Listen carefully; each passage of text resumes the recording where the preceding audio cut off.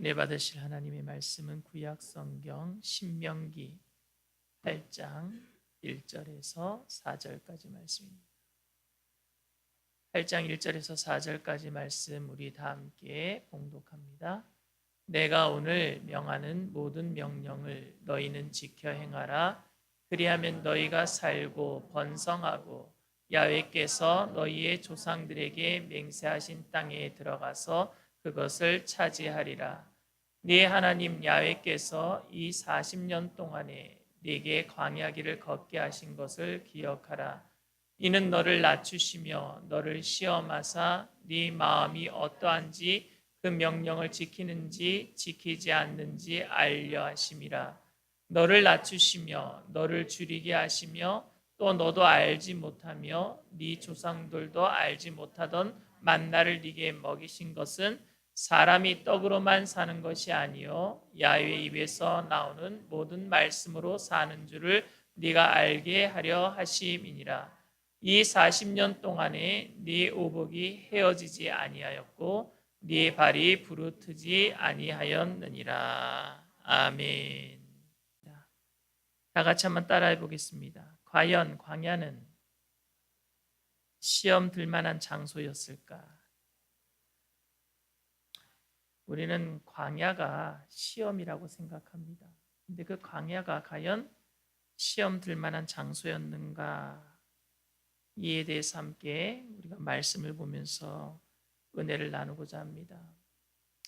광야를 통과하면 우리는 큰 가나안의 복이 있을 것이다. 이렇게 생각할 때가 많습니다. 지금 힘들고 어려울 때에 내가 이것을 잘 견뎌내면 내가 큰 복을 받을 것이다. 그리고 저도 아이들을 시험해 봅니다. 괜히 마음을 떠보는 거 있잖아요. 그런데 아이들이 제가 한 말에 대답을 잘하면 내가 좋은 것을 사주고 그 말에 대해서 정답을 하지 않으면 좀 섭섭하게 하면 주려고 했던 마음도 딱 사라져 버리는 그런 간 보는 거 있잖아요.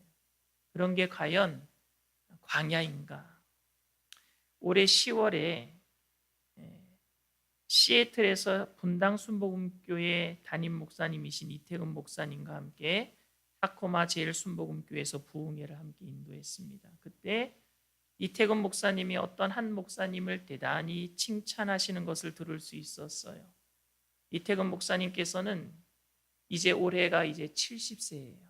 근데 75세의 교단 헌법에 은퇴하기로 되어 있는데 교인들에게 자신의 부담으로 인해서 교인들이 굉장히 오래되신 분들 그리고 또 원로 목사가 되고 은퇴 안 하고 또 교회 뒷방에 앉아가지고 이래라 저래라 할까봐 하는 그런 교인들에게 부담을 줄까봐 그래서 70세에 은퇴하시겠다고 저한테 얘기하는 거예요. 그러니까 5년 먼저 은퇴하겠다. 그런데 한 가지 문제가 생겼어요. 지금 은퇴하면 문제가 생기는 게 현재 기독교 대한 하나님의 성회라고 하는 그 교단이 있습니다. 지금 한국에는 장감성, 그 다음에 기독교에 대한 하나님의 성회가 네 번째로 큰 교단입니다. 첫 번째 큰 교단이 장로교, 두 번째가 감리교, 그 다음에 세 번째가 성결교인데 하나님의 성회가 네 번째인데 이번에 하나님의 성회가 통합이 이루어집니다. 나누어졌던 서대문 측과 여의도 측이 통합이 이루어지면은요 5,200교회가 되고 그렇게 되면은요 성결교를 넘어서 제 세 번째 교단이 되는 거예요. 근데 그 교단 통합이 이루어지는 시점에 이태근 목사님께서 주도적인 역할을 하셨거든요. 그래서 교단 통합이 되면은 이태근 목사님이 총회장이 됩니다. 대표 총회장은 이영훈 목사님이 되고 그 밑에 총회장이 있는데 이제 총회장이 이태근 목사님이 되시는 거예요. 그런데 교단 헌법에 총회장이 되려면 교회를 담임하고 있는 목사가 되어야 된다. 그러니까 교회를 은퇴하면 어떻게 돼요? 총회장이 안 되는 거예요. 그래서 목사님이 이런 이야기를 하셨대요. 교역자가 분당 순복음교회 교역자들이 한 20여 명 되거든요. 그 20여 명 교역자들을 불러놓고 내가 밖에 나가서 내가 은퇴는 해야 되겠고 그래도 내가 작은 교회라도 맡아서 담임 목사 할 테니까 이 중에서 나를 따라와서 함께 목회할 사람 아무도 손 안 들던데요. 아무도. 근데 그 중에 한 목사님이 손을 들고 제가 가겠습니다 그랬다라는 거예요. 그러니까 그 목사님을 저한테 얼마나 칭찬을 하든지, 제가 잘 아는 목사님입니다. 그래서 저도 함께 칭찬을 해줬어요. 목사님이 간 본 거예요, 사실. 그러면서 그 목사님한테 내가 정말 잘해줘야 되겠다. 총회장이 되었을 때 그 목사님한테 내가 좋은 교회라도 하나 나오면은 물려줘야 되겠다. 이런 얘기를 합니다. 가끔 저도 윗 어른들에게 그 의도를 파악하고 어려운 일이 주어졌을 때 감사함으로 그 일을 처리하여서 인정받고 싶어하는 마음이 제 마음속에도 있습니다. 작은 일에 충성할 때 큰 일을 맡겨주신다라는 달란트 비유처럼 지금 보잘것없고 힘든 일을 하고 있지만 이런 일들을 원망과 불평 없이 잘 해나갈 때 더욱 크고 멋진 일이 주어질 것이라고 생각하는 것입니다. 이런 시험은요, 여러 번 치루어도 저는 정말 감사할 것 같아요. 그런데 이스라엘 백성들이 40년간 지낸 광야 생활도 그런 시험이었을까요? 광야를 잘 통과하면 가나안의 축복을 주시겠다는 하나님의 그 시험의 장소가 진짜 과연 광야였을까요? 특별히 오늘 본문 읽었던 2절 말씀은 더욱 그런 생각을 가지게 합니다. 하나님께서 광야를 잘 통과하면 간 보는 시계, 그런 의미로 우리가 이해할 때도 있어요. 2절 말씀에 네 하나님 야훼께서 이 40년 동안에 네게 광야 길을 걷게 하신 것을 기억하라. 이는 너를 낮추시며 너를 시험하사 네 마음이 어떠한지, 그 명령을 지키는지 지키지 않는지 알려 하심이라. 우리는 힘들고 어렵게 살아도 천국에 갈 수 있다는 소망 때문에 광야를 통과하는 것, 이것을 시험이라고 생각한다면 정말 잘 통과해야 할 줄 믿습니다. 그런데 하나님께서 의도하신 것을 놓칠 수가 있어요. 그것은 바로 우리가 시험당하는 장소가 꼭 힘들다라고 하는 편견입니다.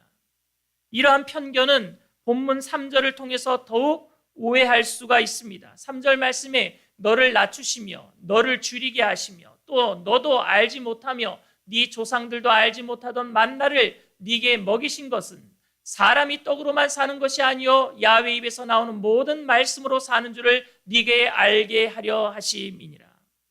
사람이 떡으로만 사는 것이 아니라 하나님의 입에서 나오는 모든 말씀으로 살아야 한다는 말씀은 성도들로 하여금 어려운 환경, 그러니까 여러분 떡, 눈에 보이지 않는 것들, 떡은 뭡니까? 물질이잖아요. 우리가 생각하기에 눈에 보이는 것, 권력, 돈, 명예, 환경, 좋은 것 구하지 말고 말씀대로, 하나님 말씀대로, 율법대로 원망하지 말고 불평하지 말고 그렇게 선하게 살아야 된다라고 생각하게 만듭니다. 이것이 광야를 통과하는, 시험을 통과하는 비결이라고 생각합니다. 이 말씀에서 떡은 물질이고 야훼의 말씀은 윤리적 계명이라고 단순히 우리가 해석해 버릴 수가 있습니다. 즉 하나님을 믿는 사람이라면 힘든 세상 속에서 물질을 멀리하고 눈에 보이는 건 멀리하고 대신에 말씀대로, 그 말씀대로 선하게 착하게 살아야 된다라고 오류를 범하게 됩니다. 여러분들에게 착하게 살지 말라는 이야기가 아닙니다.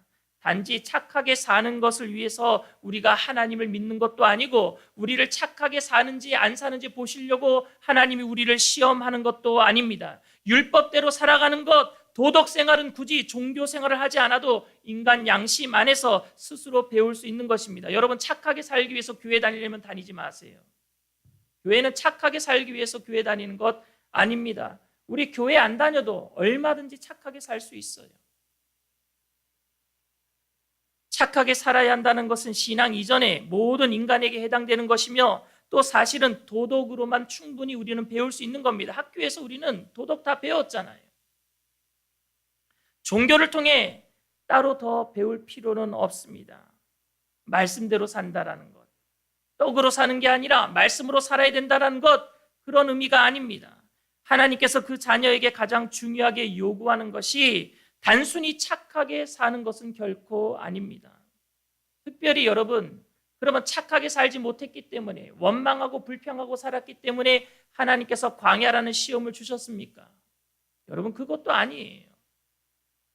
두 번째로 생각해 봐야 될 것은 광야의 시험은 이스라엘 백성들이 선택했다라는 것입니다. 하나님이 주신 게 아니에요.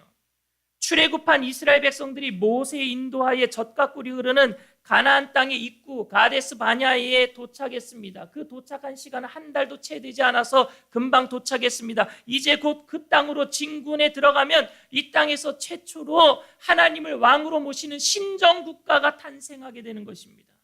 그런데 여호수아와 갈렙을 제외한 10명의 정탐꾼들이 가나안 족속과 자기들을 비교하여 자기들을 메뚜기 같다라고 표현하니까 모든 백성들이 간담이 녹아내렸다 그랬어요. 승산이 없다 그랬어요. 우리는 싸워도 이기지 못한다. 싸워보지 않고 벌써 다 져버렸어요. 마음이 다 져버렸어요. 이스라엘은 잔뜩 겁을 먹고는 하나님께서 약속하신 땅을 뒤로 한 채 명령한 전투를 포기해버리고 뒤로 물러서고 말았어요. 그때 하나님의 징벌이 임하였습니다. 민수기 14장 27절 28절 말씀입니다. 나를 원망하는 이 악한 회중에게 내가 어느 때까지 참으랴? 이스라엘 자손이 나를 향하여 원망하는 바 그 원망하는 말을 내가 들었노라. 그들에게 이르기를 야훼의 말씀에 내 삶을 두고 맹세하노라. 너희 말이 내 귀에 들린 대로 내가 너희에게 행하리니. 여러분, 징벌의 내용이 뭐예요? 너네들이 말한 대로 내가 해주겠다라는 거예요. 그게 하나님의 징벌이었습니다. 이스라엘이 그럼 뭐라고 얘기했을까요? 이스라엘은 민수기 14장 2절 3절에 이렇게 얘기합니다. 이스라엘 자손이 다 모세와 아론을 원망하여 온 회중이 그들에게 이르되 우리가 애굽 땅에서 죽었거나 이 광야에서 죽었으면 좋았을 것을 어찌하여 야훼가 우리를 그 땅으로 인도하여 칼에 쓰러지게 하려 하는가? 우리 처자가 사로잡히리니 애굽으로 돌아가는 것이 낫지 아니하랴. 차라리 광야에서 죽겠다 그랬어요. 광야에서 죽겠다고 그대로 하나님이 들은 거예요. 하나님께서 애굽을 10가지 재앙을 통해서 이스라엘 백성들을 구출했기 때문에 애굽으로 돌려보내지는 않았습니다. 그런데 그들이 한 얘기가 뭐예요? 차라리 칼에 죽느니 광야에서 죽겠다. 민수기 14장 29절 30절에 이렇게 말씀합니다. 너희 시체가 이 광야에 엎드려질 것이라. 너희 중에서 20세 이상으로서 계수된 자 곧 나를 원망한 자 전부가 여분네 아들 갈렙과 눈의 아들 여호수아 외에는 내가 맹세하여 너에게 살게 하리라 한 땅에 결단코 들어가지 못하리라. 왜? 너희들 광야 가서 죽는다고 얘기했으니까. 이처럼 하나님은 인간의 배교와 불신앙에 대해서는 그들이 원하는 대로 해주는 것으로 벌을 내리셨어요. 알기 쉽게 말하자면은 이런 일이 벌어지면 절대 안 되겠지만 우리 집 아이들이 아빠 나 집이 싫어요. 집 나가겠어요. 그럼 나가라. 내 귀에 들린 대로 해줄게. 이렇게 된 거예요.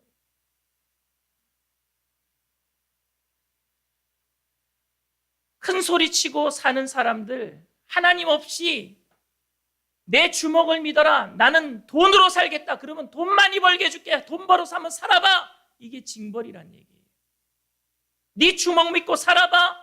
이게 징벌이라는 거예요. 그게 뭔지 아십니까? 하나님이 그냥 내버려 두는 거예요. 네 멋대로 살으라고. 이게 큰 징벌입니다. 세상에서 가장 큰 무서운 징벌이 뭔지 아십니까? 무관심이에요. 하나님이 그들을 정욕대로 내어버려 두사. 로마서 말씀입니다. 그냥 내버려 두는 거예요. 그런데 여러분, 그 징벌 가운데도, 광야 가운데도 하나님의 은총은 계속되었습니다. 우리가 세 번째로 생각해 봐야 될 것은 그런데 그 광야에도 하나님의 은총이 계속되었다라는 사실입니다. 이스라엘이 가데스 바냐에서 불신앙과 배교의 죄를 범했을 때에도 하나님은 그들에게 사실은 그 자리에서 아무 벌도 주지 않았습니다. 광야에서 죽게 해달라는 대로 그들의 욕심과 상실한 마음대로 따르도록 40년 동안 버려두셨습니다. 그러나 그것이 비록 광야라고 할지라도 하나님께서는 변함없이 은총을 베풀어 주셨습니다. 광야는 여러분 어떤 곳입니까? 물과 먹을 것이 없는 곳입니다. 낮에는 한여름에 무더위가 찌고 그리고 밤에는 한겨울에 매서운 추위가 몰아치는 곳입니다. 그런 곳에서 광야 생활에 대한 경험이 전혀 없었던 이스라엘 민족이 무려 40년간 생존했습니다.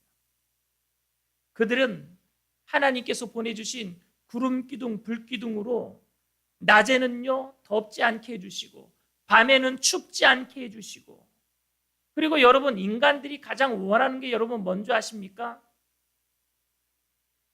놀고 먹는 거예요. 놀고 먹는 거. 물어보면은 다 정말 놀고 먹겠다라는 사람들이 많아요. 근데 이스라엘 백성들은요 노력도 하지 아니하고 놀고 먹었어요.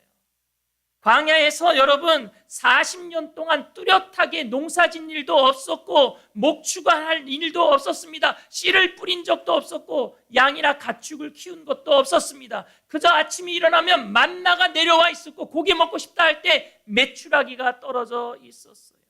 아무 일도 하지 않았는데 먹고 마셨단 말입니다. 물이 없는데 반석에서 물이 나왔어요. 여러분, 이렇게 40년간을 살았습니다. 비유컨대 구름 기둥, 불 기둥은 냉난방 시설입니다. 전기료, 가스료 내지 않았는데도 하나님이 그렇게 기온을 적정하게 맞춰 주셨습니다. 그리고 애굽에서 나올 때 10가지 재앙을 통해서 애굽 사람들이 너무나도 무서워서, 하나님이 무서워서 이스라엘 백성들에게 금은보화 많은 것들을 줘서 내보냈다 그랬어요. 그런데 그 흔한 도적대 하나 만나가지고 그 모든 것을 빼앗긴 적도 없었고 목숨을 빼앗아 간 적도 없었습니다. 그러니까 여러분, 광야에서 사는 동안 이스라엘 백성들은 시험이 아니라 오히려 큰 은혜를 누렸습니다. 요컨대 하나님이 그들을 벌 주었다기보다는 큰 축복을 베풀어 주었습니다. 가나안 땅에 들어가기 싫다는 그들, 광야로 다시 돌아가겠다고 하는 그들에게 광야로 내보냈을 때 하나님께서 그냥 내치신 것이 아니라 모든 것을 다 채워주셨다라는 말씀입니다. 문제가 무엇이 문제일까요, 여러분? 여러분, 문제는 떡이 없기 때문이 아니라 말씀이 없기 때문의 시험입니다. 광야의 시험은 그들에게 떡이 없었던 것이 아니에요. 떡이 있었어요. 환경은 충분히 갖춰져 있었습니다. 그런데 무엇이 문제였느냐? 말씀이 없었기 때문입니다. 솔직히 나쁜 상황이 우리에게 다가오면 우리는 하나님께 더 간절히 매달려서 기도합니다. 환경이 어려울 때 여러분 더 기도하잖아요. 죄도 회개하고 성경 말씀대로 살려고 노력도 합니다. 문제는 오히려 아무런 문제가 없을 때, 편할 때에 여러분 기도하러 나옵니까? 말씀 봅니까? 오히려 그러한 때일수록 하나님을 더 찾지 않습니다. 그런데 하나님은요, 그러한 때 하나님 찾기를 원하시는 거예요. 광야의 시험은 바로 그런 의미입니다. 하나님이 다 채워주셨는데 그런 삶 속에서도 너희들은 날 찾을 수 있니? 이거를 하나님이 보기를 원하셨던 거예요. 물론 이스라엘이 방황했던 광야는 겉으로만 보면 지내기에 힘든 열악한 환경이었습니다. 인간이 무슨 노력을 해도 먹을 것을 생산해낼 수 없는 곳이었습니다. 그렇기에 하나님은 기본적으로 먹을 것과 거주할 곳, 그리고 냉난방 시설을 갖추어 주었습니다.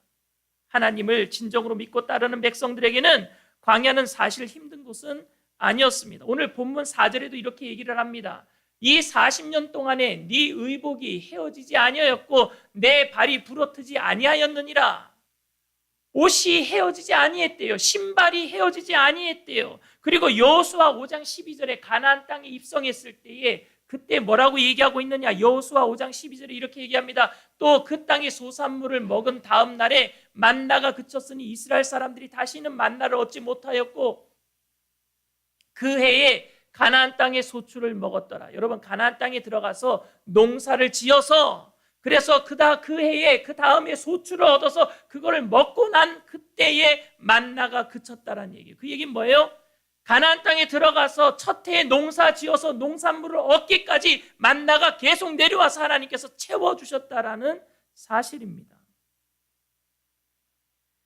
여러분, 떡은 물질이 풍부한 것이며 말씀은 하나님의 계명대로 선하게 사는 것은 아닙니다.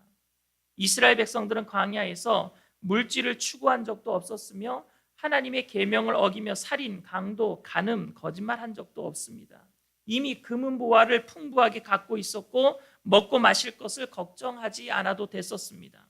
그들이 범한 죄는 모세의 지도력에 대해서 끝없이 원망하고 불평하는 것이었습니다. 처음부터 끝까지 하나님에 대해 원망과 불평을 쏟아낸 것이 그들의 죄였습니다. 언뜻 보면 먹고 마시는 것 때문에 죄를 범한 것 같아 보이지만 그때마다 하나님께서 만나와 메추라기 생수로 즉시 해결해 주셨습니다. 그럼에도 그들의 불평은 계속되어졌어요. 다른 말로 당장에 먹고 마실 것 때문이 아니라 하나님께서 마련해 주신 환경과 여건이 자신들의 기분에 들지 않았다라는 거예요. 자신의 마음에 들지 않았다라는 겁니다. 그것도 하나님께 징벌을 받고 있는 중에 말입니다. 따라서 본문에서 하나님의 말씀은 단순히 문자적으로 적어 놓은 계명이 아닙니다. 본문은 하나님의 말씀이라고 얘기하지 않냐고 뭐라고 얘기하고 있어요? 하나님의 입에서 나오는 모든 말씀이라 그랬어요. 이것은 뭐냐면요, 하나님이 하시는 모든 말씀을 얘기합니다. 모든 말씀. 무슨 얘기를 의미할까요? 이스라엘 백성들에게 홍해를 건너라, 홍해를 건너고 나서 이쪽으로 가라, 저쪽으로 가라, 모든 말씀을 얘기하는 겁니다. 구름기둥, 불기둥으로 인도해 주시는 모든 것들을 의미합니다. 그런데 일직선으로 갈 것도 돌아가서 홍해를 건넜어야 되고, 왜 에돔 땅을 가로질러 가면 되는데 왜 돌아서 가야 되고, 이런 모든 것들이 그들에게는 불만, 원망, 불평. 순종하고 감사해야 될 텐데, 그러니 모든 말씀 다 채워줌에도 불구하고 하나님이 하시는 모든 것들이 자기 마음에 안 들었던 거예요. 여러분, 우리나라 옛말에 그런 말이 있어요. 사위가 이쁘면은 뭐 그 집 말뚝에다 대고도 절을 안 되나? 그런 말 들어보신 적 있죠? 여러분, 목사가 미우면은요, 교회를 향해서 절 안 합니다. 하나님이 미우면은요, 십자가를 향해서 절 안 합니다. 지금 이스라엘 백성들은 누가 미운 거예요? 하나님이 미운 거예요. 그러니까 하나님이 해준 모든 게 다 미워요. 하나님이 반석에서 물을 내주셔도 믿고 홍해를 갈라주셔도 믿고, 왜? 자기 마음에 안 든 게 한다는 거예요. 자기 마음에 내가 원하는 대로 해줄 거면은 왜 내가 원하는 대로 안 해주냐 이거지요. 해줘도 탈이에요. 같은 맥락에서 떡도 단순히 물질의 풍부만을 가르치는 것이 아니라 하나님의 모든 말씀과 반대되어지는 개념으로 이해해야 됩니다. 그러니까 떡이라는 건 뭐예요? 내가 원하는 거예요. 내가 원하는 것. 내가 원하는 것이 떡이니까 하나님 떡 주세요인데, 하나님은 떡을 주는 게 아니라 빵을 줬단 말입니다. 그러니까 내가 원하는 게 다 떡에 대한 거예요. 떡.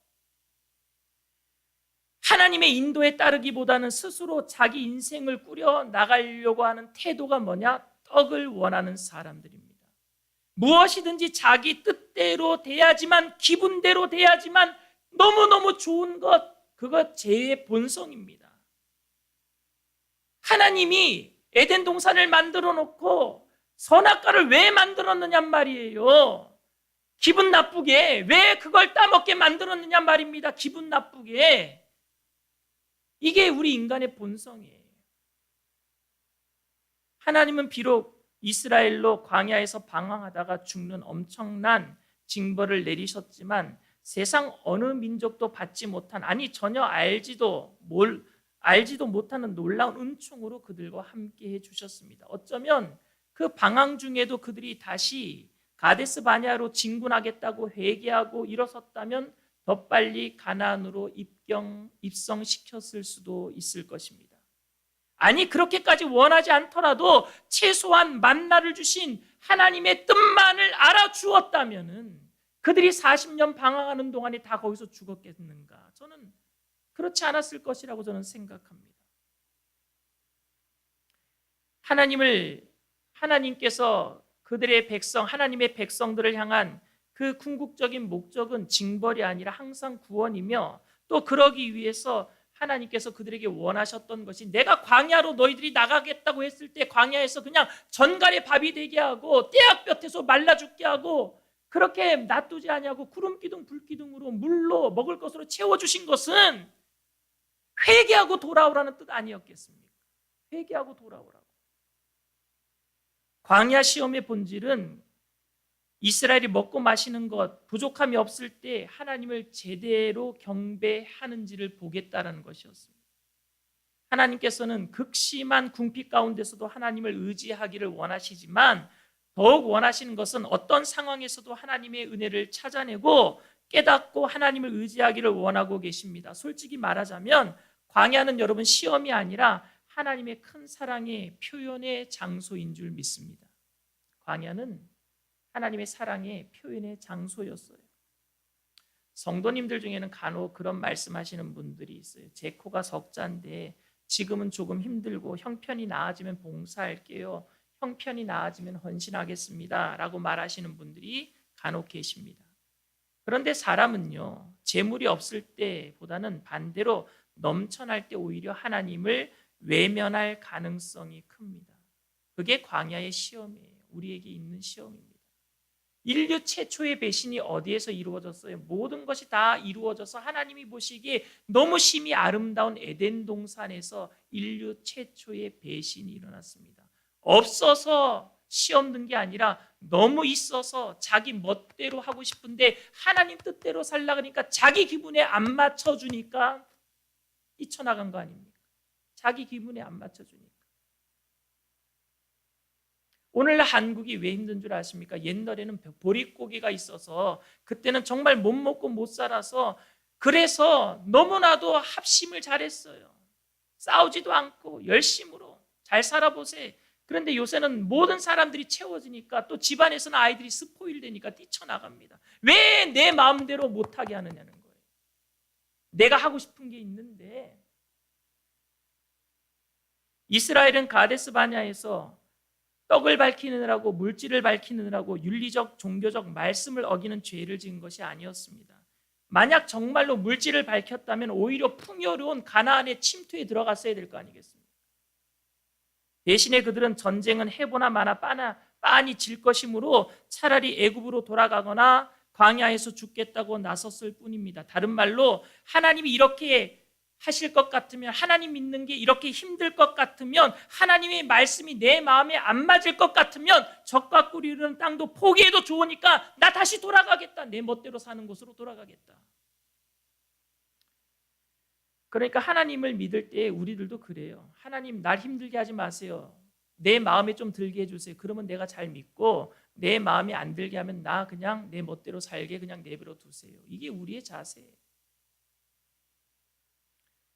그러나 이스라엘은 그 하나님께 배신하고 광야로 돌아갔을 때 하나님께서 그들을 채워주셨음에도 불구하고 부족함이 없었음에도 불구하고 끝까지 하나님을 제대로 경배하지 못했던 것이 광야 40년의 결론이었습니다. 말씀을 맺겠습니다. 오늘 우리가 처해 있는 상황의 대부분은 우리가 원해서 그렇게 된 거예요. 그러니까 하나님의 시험이라고 하나님께 덮어 씌우지 마세요. 이스라엘이 가나안으로 들어가지 않고 광야로 돌아간 것은 전적으로 그들이 원해서 그런 것입니다.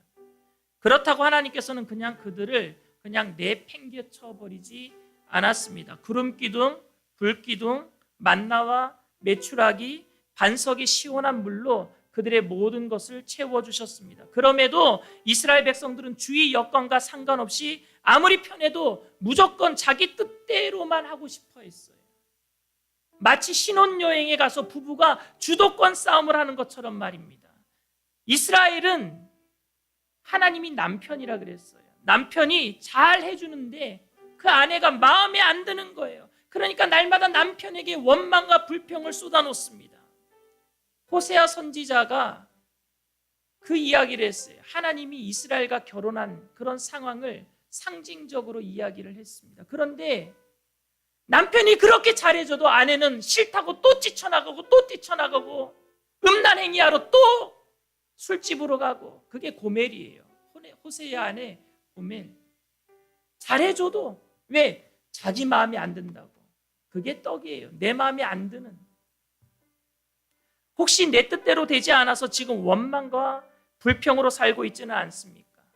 시험 당할 때 피할 길을 예비하시고 감당할 시험만 허락하시는 좋으신 하나님을 우리가 발견하지 못하고 내 마음에 들지 않는 것 때문에 시험 당하는 것도 아닌데 시험이라고 생각하고 좋은 환경 속에서 원망과 불평만 하고 있다면 우리는 40년 광야 가운데 하나님의 은혜를 체험하고도 가나안에 들어가지 못한 이스라엘 백성과 다를 바 없습니다.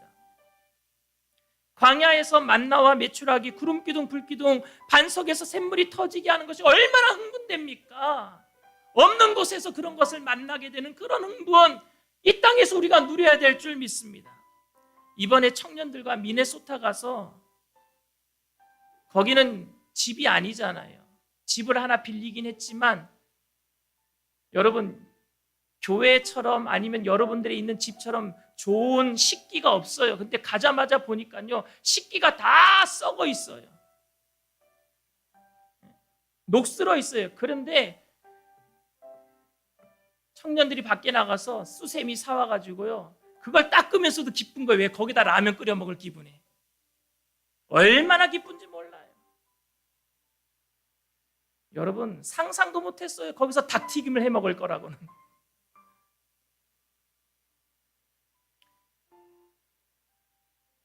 이 세상 광야 같은 길 속에 구름기둥, 빌기둥은 정말 어메이징입니다, 여러분. 놀러 가서 닭튀김 해 먹고 라면 끓여 먹는 거 얼마나 기분 좋습니까?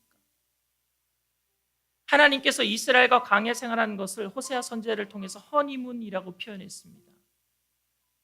허니문에서는 현지에서 조달하는 것들로 먹고 자고 즐기는 것만으로도 기쁘고 흥분되는 것 아니겠습니까? 그런데 불평, 의심, 심지어 배교하는 것은 하나님의 시험이 어려워서가 아니라 자기 마음에 들지 않아서예요. 마음에 들지 않아서 성도니까 억지로 감사하라는 뜻 결코 아닙니다. 지금 현재 자기에게 허락하신 환경이 주님이 주신 시험이 아닌 내가 선택한 광야이고 그곳에서 일어나는 일 모두가 하나님께서 마련해 주신 구름기둥, 불기둥, 만나, 메추라기, 반석이 터지는 시원한 물줄기라는 것을 확신하며 살라는 것입니다. 내 뜻과 내 계획대로 이루어지는 떡이 아닌 하나님의 모든 말씀, 즉 모든 환경 속에서 하나님의 은혜를 찾아내는 성도의 자세로 절대 긍정, 절대 감사로 승리하는 저와 여러분들이 되시기를 주님의 이름으로 축원을 드립니다.